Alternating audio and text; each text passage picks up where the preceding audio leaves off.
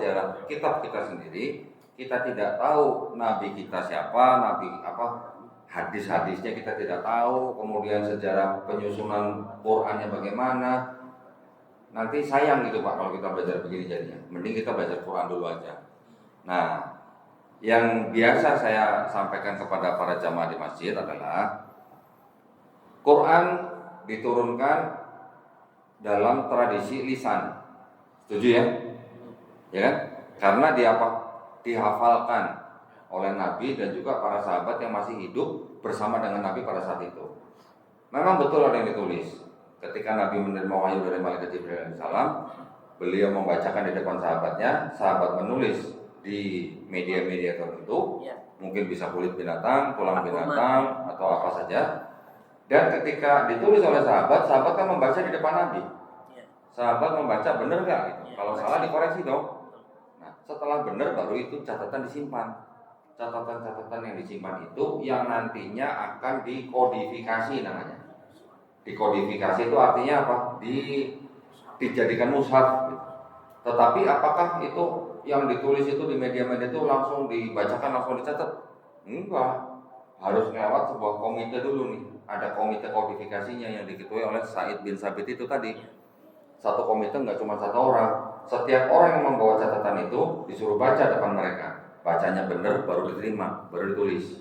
Ditulis menjadi satu mushaf. Kodifikasi pertama Quran yaitu pada zaman Khalifah Abu Bakar, kurang lebih hampir 2 tahun setelah Rasulullah meninggal atau wafat. Ya, itu dikarenakan banyak sekali hafiz Quran yang tewas di perang Yamamah. Kodifikasi yang kedua dilakukan setelah pada zaman Khalifah ketiga, yaitu pada zaman sahabat Utsman bin Affan. Ketika itu Quran banyak dibacakan oleh orang-orang di luar Saudi yang malah bacanya berbeda dengan yang mereka menerima pertama gitu. Jadi orang membaca satu ayat yang sama tapi bacaannya bisa berbeda. Bukan berbeda kata-katanya bukan, tetapi cara bacanya. Ya. Karena cara bacanya berbeda, akhirnya dikodifikasi ulang pada zaman sahabat Utsman dengan meminjam master yang pertama yang sudah dikodifikasi pada zaman Abu Bakar. Kan disimpan oleh anaknya Umar bin Khattab yang bernama Hafsah, baru dipinjam untuk kodifikasi yang kedua. Begitu selesai pada zaman Utsman, Quran dengan dialek-dialek yang berbeda-beda selain daripada Arab Quraisy dibakar. Dibakar untuk apa? Supaya menghindari orang membaca Quran dengan dialek yang berbeda-beda gitu, ya. Ada tuduhan nanti dari teman-teman yang dari sebelah nih. Quran juga banyak versinya, nggak kayak Bible juga banyak versi, Quran juga banyak. Ada yang bilang 26, ada yang bilang 32, bahkan ada yang bilang 36 versi gitu katanya.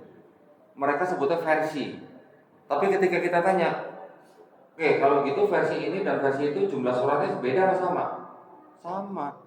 Dimanapun Quran jumlah suratnya sama, 114 surat.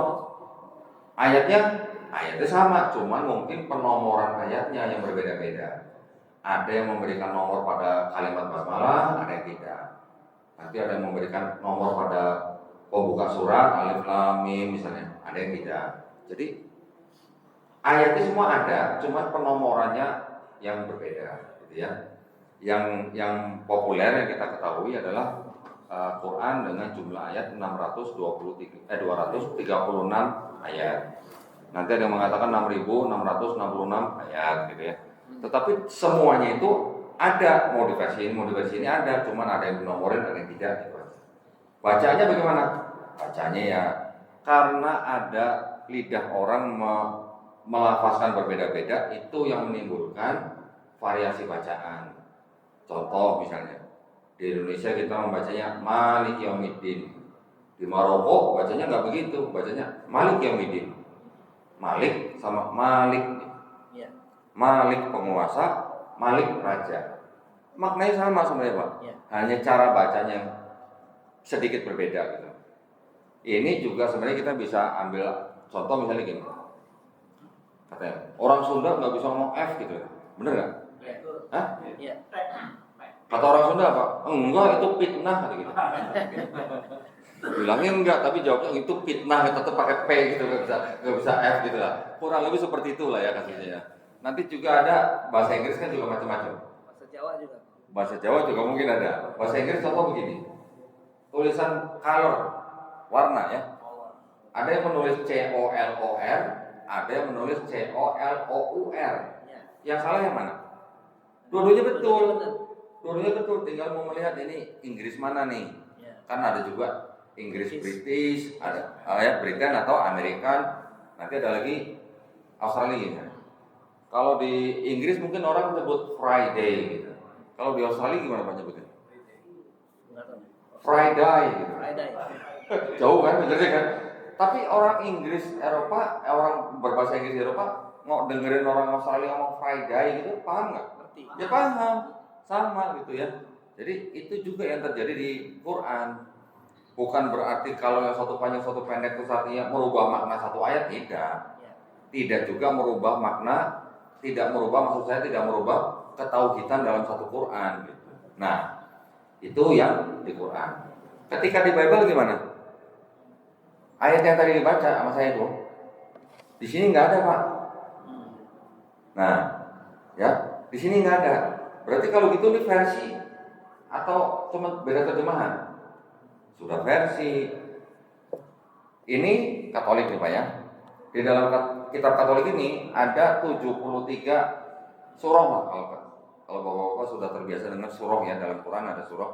Satu surah itu adalah satu kitab gitu. Di sini ada 73 kitab yang di Katolik nih. Yang di sini berapa nih?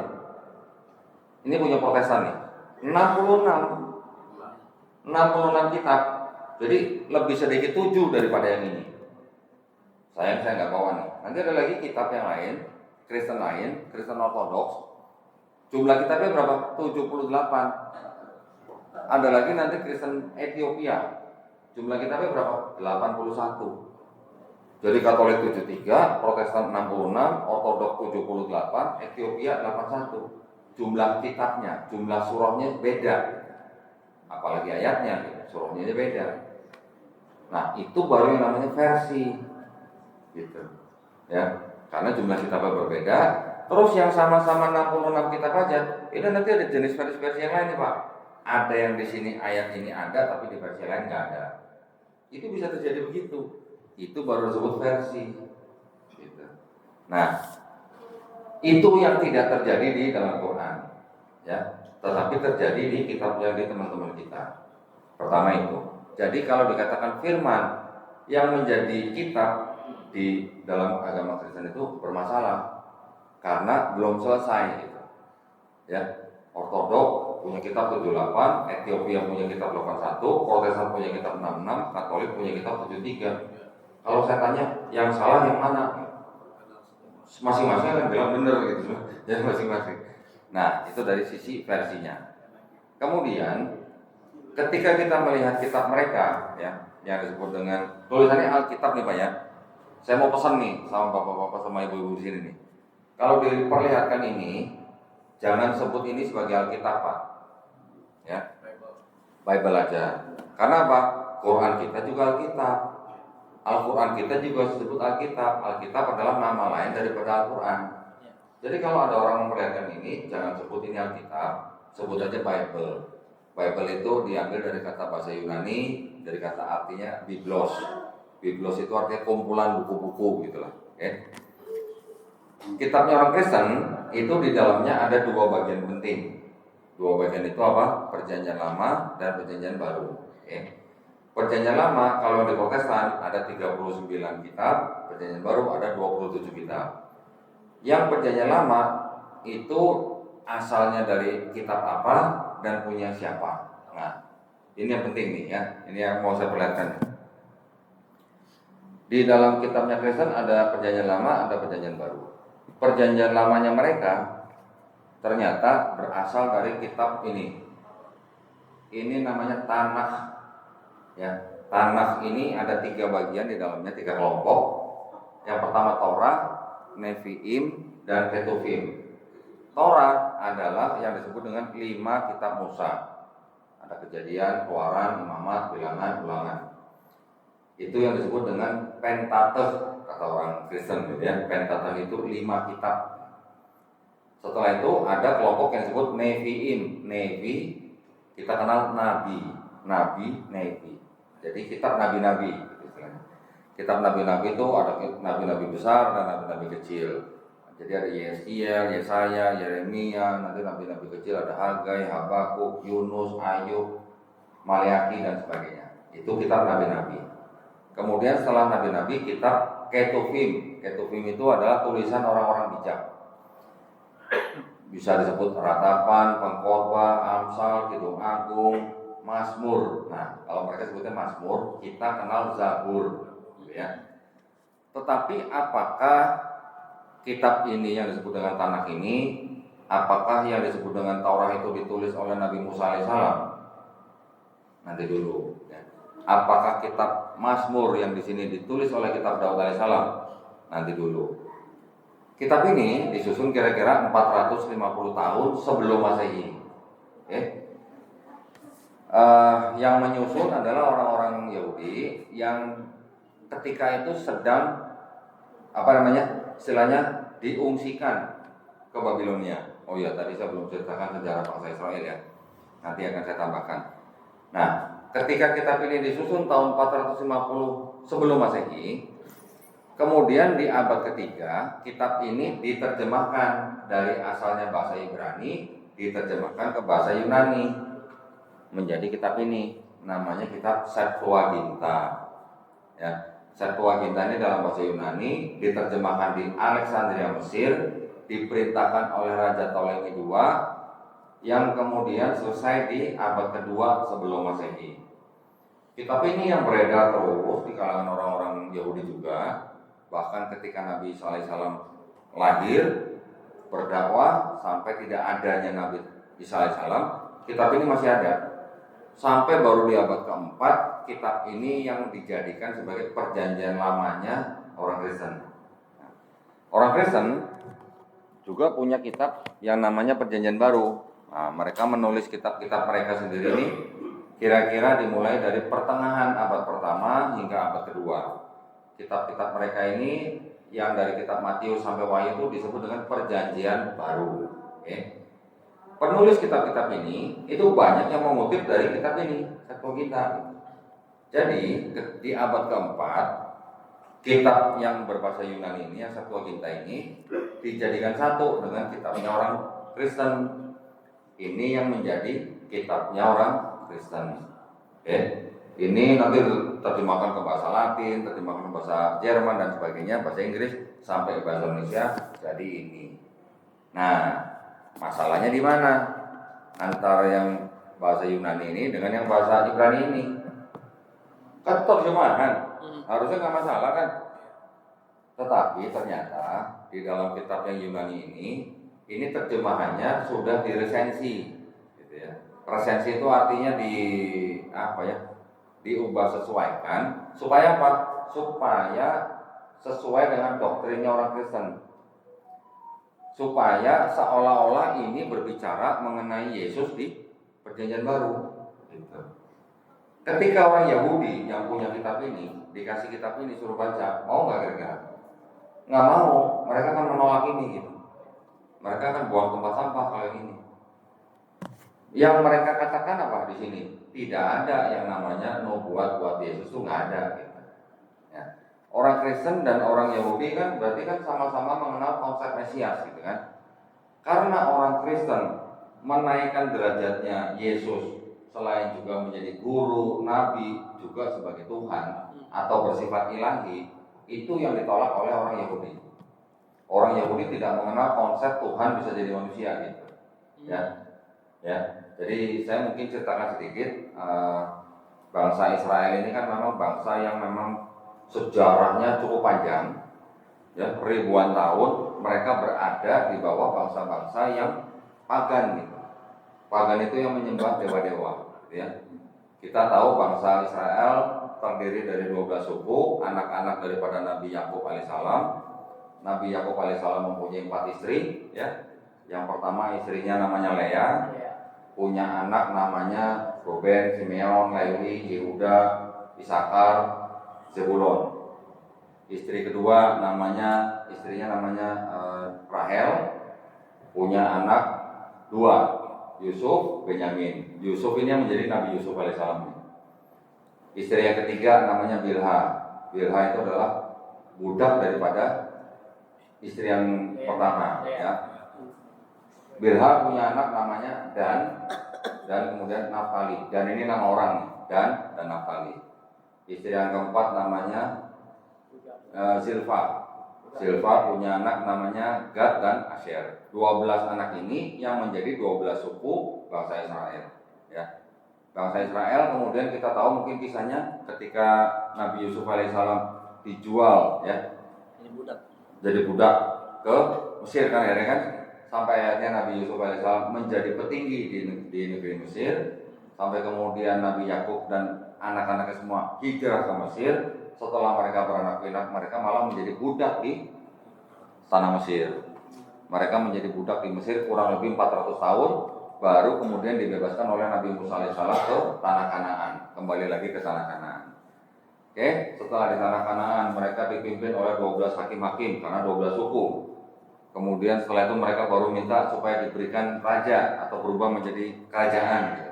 Dipimpin oleh raja pertama, Raja Saul, diteruskan oleh Raja Daud alaihissalam, diteruskan lagi oleh anaknya Nabi Daud alaihissalam, yaitu Nabi Sulaiman atau Raja Salomo, ya. Ketika Raja Salomo ini meninggal, kira-kira di abad ke-10 sebelum Masehi, kerajaan Israel itu yang tadi satu kerajaan, sebelumnya Raja Salomo ini yang membangun bait suci, ya, atau yang kita kenal dengan Haikal Sulaiman.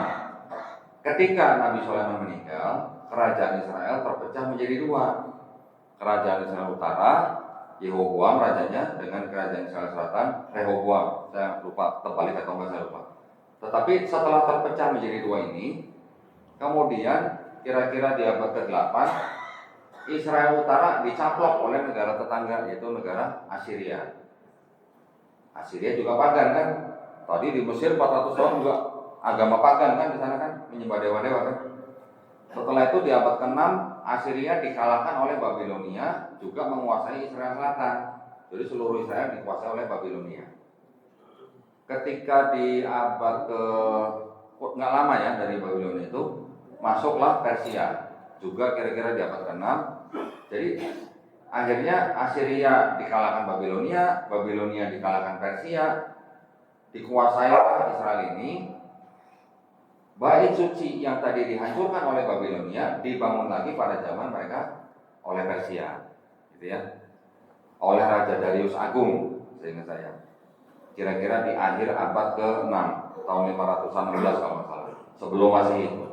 Nah, barulah bangsa Israel itu hidup pada zaman bait suci kedua.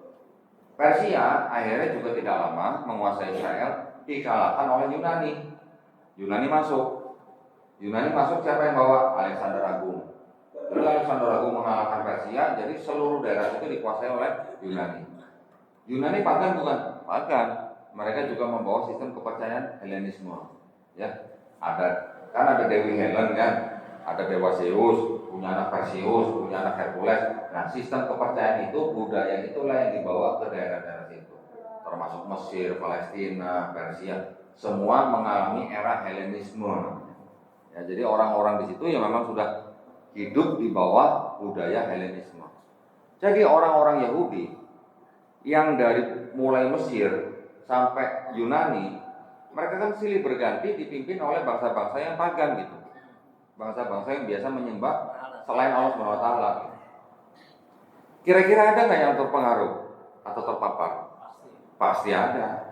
Belum lagi kalau melalui asimilasi kan, perkawinan. Pasti ada orang-orang Yahudi juga yang terpapar oleh budaya pagan.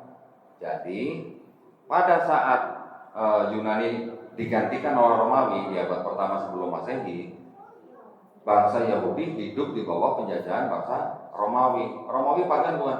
Pagan juga. Mereka juga menyembah Dewa Mitra. Dewa Mitra malah dewa dari mana? Dewa yang dipinjam dari Persia. Ya, ratusan tahun bangsa Romawi menyembah Dewa Mitra. Ketika bangsa Yahudi di bawah Palestina, di bawah Romawi, otomatis mereka juga berada di bawah budaya pagan juga. Nah, pada zaman itulah timbul kekristenan. Kekristenan jadi timbul dengan pengaruh paganisme Romawi kuno dan juga Helenisme Yunani kuno. Ya, makanya Kristen mempercayai Tuhan bisa jadi manusia. Kristen mempercayai Tuhannya ada 3 tapi 1 tapi 3. Three in one. Three in one-nya, apakah three in one-nya Kristen itu apakah trinitasnya Kristen itu trinitas yang pertama di dunia, Pak? Hah? Bukan. 2000 tahun sebelum ada Yesus sudah ada trinitas di Babilonia. Siapa? Namrus, Semiramis. Itu udah trinitas pertama tuh di Babilonia sebelum ada Yesus. Ya. Nah, jadi ketika Kristen timbul, memang pola pikirnya Kristen itu pada waktu itu memang sedang berada di bawah budaya pagan. Orang-orang yang ada pada saat itu ketika melihat orang punya kemampuan khusus, punya kemampuan lebih, langsung dianggap dewa atau langsung dianggap Tuhan. Begitu juga mereka mengenal Tuhan yang paling tinggi, Dewa Zeus. Mereka juga mengenal anak dewa, ada Hercules, Perseus, yang merupakan setengah manusia, setengah dewa. Konsepnya dengan Yesus sama nggak? Yesus juga sepenuhnya manusia, sepenuhnya Tuhan. Hercules setengah manusia, setengah dewa. Mirip nggak, Pak? Mirip. Mungkin detailnya beda, tapi konsepnya sama. Ya.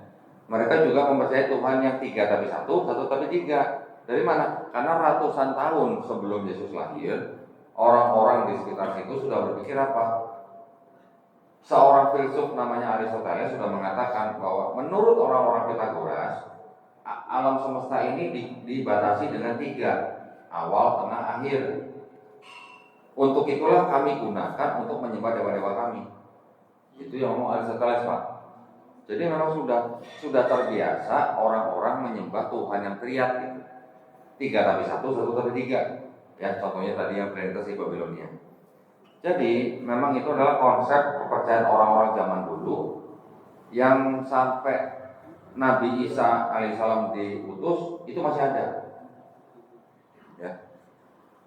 Maka itulah kalau kita baca di dalam surat At-Taubah ayat 30, kaum Yahudi menyebut Uzair putra Allah. Kaum Nasrani menyebut Isa putra Allah.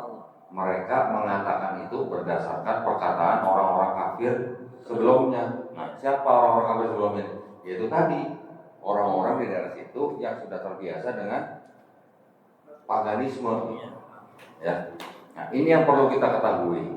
Jadi, ketika Bapak Ibu misalnya di rumah kedatangan tamu, selamat pagi, selamat siang, selamat sore Pak, kami membawakan kabar baik, kami membawakan kabar keselamatan gitu. Ya, keselamatan hanya ada pada Yesus katanya. Karena Bapak Ibu ini dosanya sudah ditebus dengan matinya Yesus di atas kayu salib. Nah, itu yang berasal dari kepercayaan orang-orang pagan. Ya, hati-hati. Nah, inilah makanya pentingnya ajaran atau kajian seperti ini supaya kita mengetahui akidah mereka. Tetapi dengan kita mengetahui akidah mereka bukan berarti kita merendahkan ya, bukan berarti kita membenci, itu bukan Pak ya, nggak boleh ya. Karena setiap warga negara di Republik Indonesia ini dilindungi haknya untuk memeluk dan menjalankan agama dan keyakinannya masing-masing. Jadi kita harus saling menghormati. Cuman memang tadi seperti yang di awal kita bilang, mereka memang sudah diberikan misi untuk mengkristenkan siapapun di luar Kristen. Mau orang agama apapun, itu udah menjadi tugas mereka. Karena ada ayatnya Pak, di sini Pak. Nah, ada ayat yang disebut sebagai amanah agung namanya.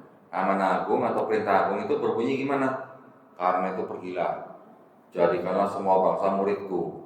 Baptislah mereka dalam nama Bapa dan Putra dan Roh Kudus.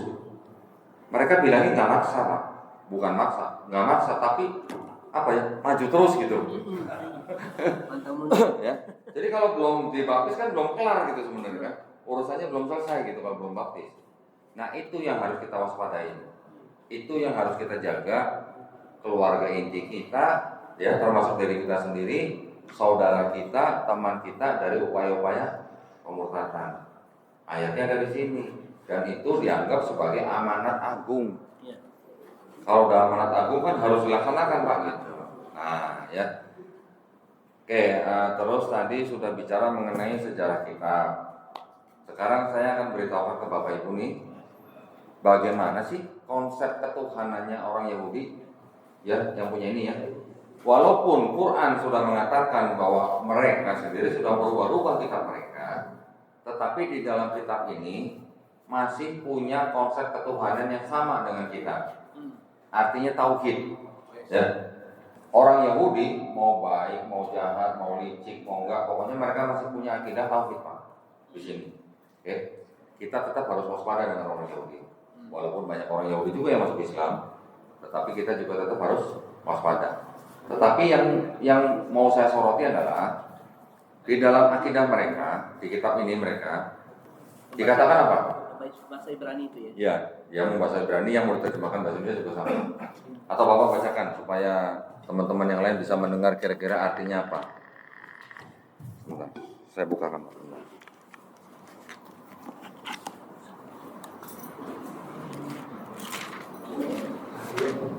Nah ini Pak, yang merah nih Pak. Ini bacanya Allah Allah nih. Hah? Allah aja Allah, karena nggak ada tasdidnya Pak. Allah bukanlah manusia, sehingga ia berdusta. Ya. Bukan anak manusia, sehingga ia menyesal. Ya. Masakan ia berfirman dan tidak melakukannya, Ya. atau berbicara dan tidak menepatinya. Ya. Saya ulang ya Pak. Allah bukanlah manusia. Allah bukan anak manusia. Oke, ini pesan nih di dalam kitab mereka nih. Sama nggak Pak dengan lam yalid walam yulad? Sama nggak Pak? Sama. Lam yalid walam yulad juga tidak diperanakan, tidak beranak kan? Sama dengan ini, bukan manusia, bukan anak manusia. Oke, saya tambahin satu lagi Pak.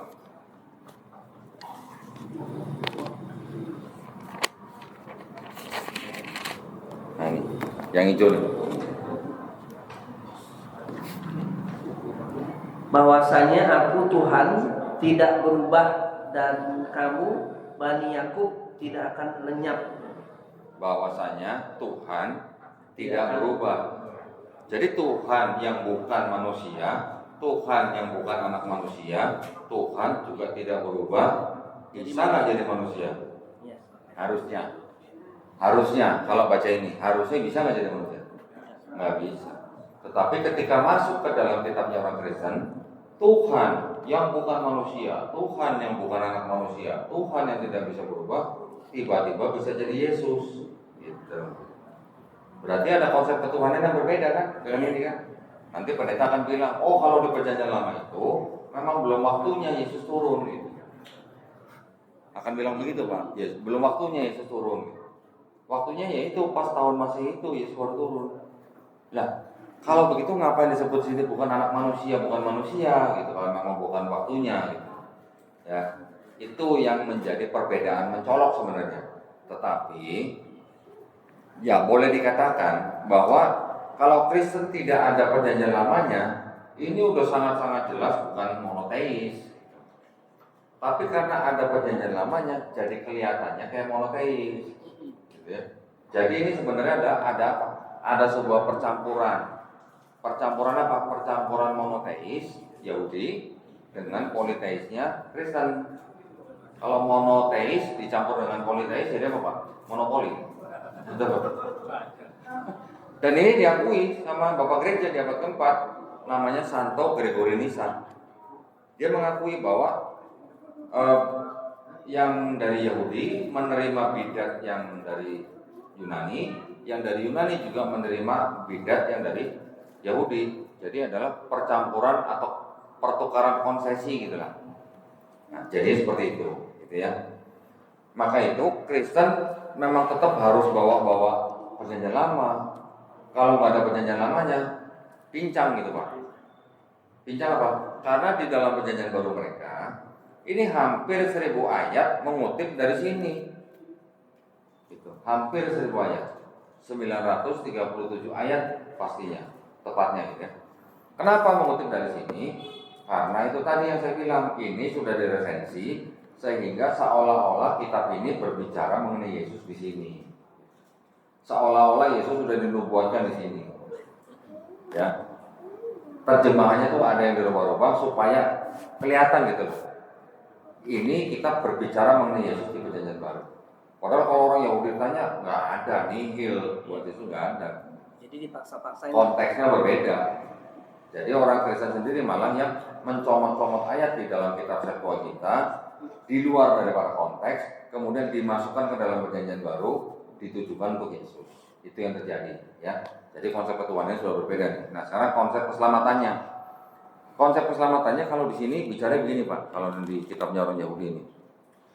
Oh, boleh baca ini yang merah. Basuhlah, bersihkanlah dirimu. Jauhkanlah perbuatan-perbuatanmu yang jahat dari depan mataku. Berhentilah berbuat jahat. Belajarlah berbuat baik. Usahakanlah keadilan. Kendalikanlah orang kejam. Belalah hak anak-anak yatim.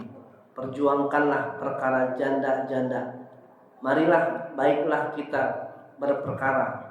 Firman Tuhan, sekalipun dosamu merah seperti kirmizi, akan menjadi putih seperti salju.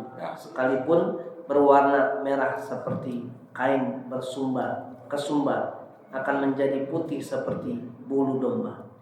Perhatikan.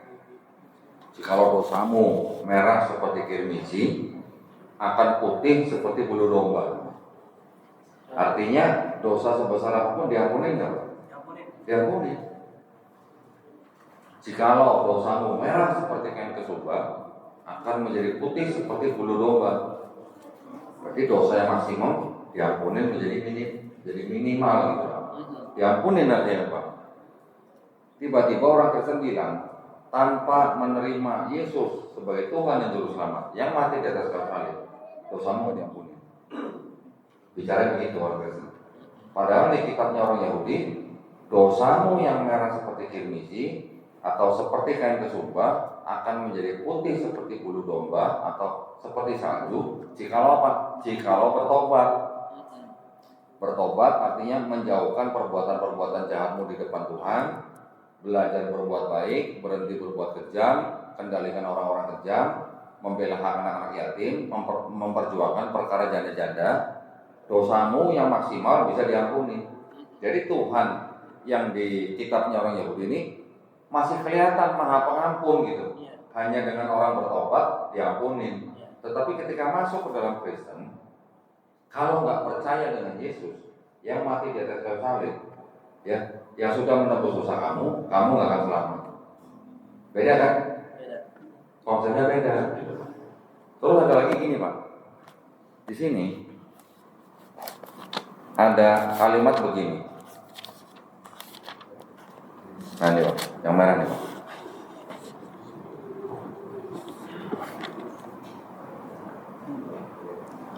Orang yang berbuat dosa itu yang harus mati. Anak tidak akan turut menanggung kesalahan ayahnya, dan ayahnya tidak akan turut menanggung kesalahan anaknya. Orang benar akan menerima berkat kebenarannya, dan kefasikan orang fasik akan menanggung atasnya. Kayak Islam ya? Sama nggak Pak? Sama. Di Islam juga begitu kan? Iya, konsep. Yang berbuat dosa itu yang dihukum. Tidak ada orang bisa menanggung dosa orang lain di Islam. Tiba-tiba di sini di Kristen dikatakan Yesus sudah menanggung dosa manusia dengan cara mati di atas kayu salib. Jadi dosanya manusia ini sudah ditebus. Kenapa harus ada yang ditebus? Karena ada ajaran di dalam Kristen yang diciptakan oleh Paulus bahwa setiap manusia membawa dosa waris. Dosa waris, dapat dosa warisan gitu kan. Jadi dianggapnya menurut Paulus, dosa yang dilakukan oleh Adam dan Hawa itu menjalar kepada setiap manusia yang lahir. Dosa ini yang dibawa oleh manusia ini hanya bisa hilang atau ditebus dengan matinya Yesus secara salib. Ini ajarannya Paulus nih. Ini akidahnya orang Kristen gitu. Yang mana berbeda dengan yang di Perjanjian Lama. Iya. Mereka pasti akan bilang, oh di Perjanjian Lama itu belum waktunya Yesus turun gitu. Belum waktunya gitu. Tapi yang menentukan Yesus turun ini kan juga mereka sendiri jadinya. Ketika, kalau kita baca kisah-kisah di dalam sini memang ada kisah-kisah yang gimana ya, tidak sesuai gitulah dengan doktrin yang ditemukan belakangan gitu. Nah nanti mungkin itu bisa dilihat di video-video saya lah ya. Tetapi intinya dari sini bahwa ajaran konsep ketuhanannya sudah berbeda, konsep keselamatannya juga sudah berbeda. Ada satu lagi Pak yang terakhir. Di Kristen mengakui bahwa Yesus adalah Kristus. Kristus adalah Mesias. Mesias sama dengan Al-Masih, ya. Jadi kalau Isa kita tahu Al-Masih itu sama dengan Kristus atau Mesias gitu. Itu Kristen. Islam juga mengakui bahwa Nabi Isa sebagai Al-Masih. Di Yahudi juga ada konsep Mesias, tapi Yahudi tidak mengakui Yesus sebagai Mesias. Konsepnya Mesias di Yahudi itu kurang lebih sama lah dengan konsep juga di Indonesia kita mungkin sering mendengar Satrio Piningit gitu ya. Jadi Mesias yang di Yahudi itu digambarkan adalah sebagai seorang raja bangsa Yahudi yang akan datang. Sudah datang belum? Belum. Kalau orang Yahudi bilang belum. Kenapa? Ada syaratnya. Pertama, Mesias yang akan datang itu dia harus anak keturunan dari Daud melalui anaknya yang bernama Salomo atau Sulaiman alaihissalam kita mengenal. Harus keturunan langsung dari Daud dan Salomo, ya. Nah, sedangkan Yesus yang di sini kan tidak punya ayah, tidak punya bapak biologis gitu kan. Yang disebut di sini Yusuf, ayahnya Yesus kan ayah tiri gitu. Masuk nggak? Diterima nggak? Kalau di dalam konsep Mesias Yahudi? Enggak. Kalau anak adopsi, mohon maaf nggak diterima gitu. Kalau Yahudi, ya. Pertama, yang kedua, Mesias yang akan datang itu nanti datangnya ketika di dunia sudah nggak ada perang. Yesus waktu datang, orang bangsa Yahudi itu masih di bawah penjajahan Romawi kan, masih ada perang lagi, belum perang dunia satu, perang dunia kedua, belum perang-perang yang lain, belum sekarang di Palestina juga masih ada perang gitu kan. Jadi tidak memenuhi syarat yang di dalam konsep Mesias Yahudi. Kemudian yang ketiga, orang Yahudi bilang bahwa yang Mesias yang mau datang itu nanti datangnya kalau semua manusia di bumi ini sudah mengenal Tuhan Yang Maha Esa. Sekarang semua manusia sudah kenal belum, Pak? Belum. Yang keempat, orang Yahudi bilang bahwa Mesias yang akan datang itu bukan orang yang datang menyelesaikan tugas, pergi, datang lagi, bukan begitu. Ya. Nah, kalau Yesus kan datang, mati disalib, pergi diangkat, nanti mau datang lagi. Ya walaupun kita sebagian besar umat Islam juga percaya bahwa Nabi Isa AS juga akan datang lagi ya. Tapi konsepnya beda nih. Yang terakhir, Yahudi mengatakan bahwa Mesias yang akan datang lagi itu murni manusia. Murni manusia, hasil dari persetubuhan suami istri yang melahirkan manusia, bukan Tuhan sendiri yang datang jadi manusia. Gitu. Nah, kalau Kristen kan apa? Yesus sebagai Mesias, tapi dia juga Tuhan sendiri yang jadi manusia. Nah, itu perbedaan-perbedaan konsep Mesias di dalam Yahudi dan Kristen, sehingga Yahudi tidak menerima Yesus sebagai Mesias. Ya, tiga hal tadi, konsep ketuhanan, konsep keselamatan, konsep Mesias antara Yahudi dan Kristen yang berbeda. Tapi karena kitabnya Yahudi separohnya kitab Kristen, nah kan ini yang jadi kita harus ketahui. Ya, jadi konsep ketuhanan Kristennya, konsep keselamatan Kristennya, dan konsep Mesiasnya Kristen itu bertolak belakang dengan separuh kitab mereka sendiri. Gitu. Ya, kira-kira itu yang bisa saya sampaikan. Mudah-mudahan nanti bisa ada pertanyaan lanjutan ya. Saya tidak mungkin menjelaskan semuanya secara detail karena waktu juga. Nanti silakan kalau ada mau bertanya. Ya, saya kembalikan kepada Pak Nandi. Terima kasih banyak atas perhatiannya. Assalamualaikum warahmatullahi wabarakatuh.